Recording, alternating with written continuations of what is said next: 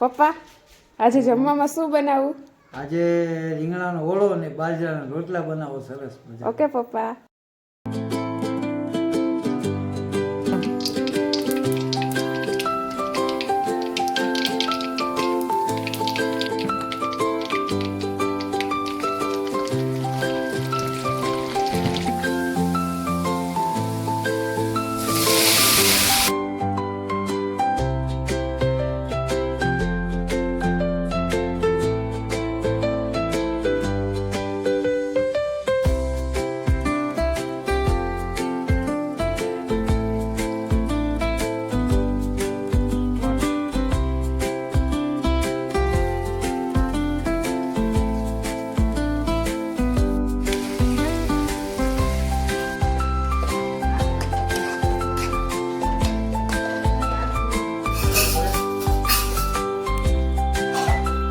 પપ્પા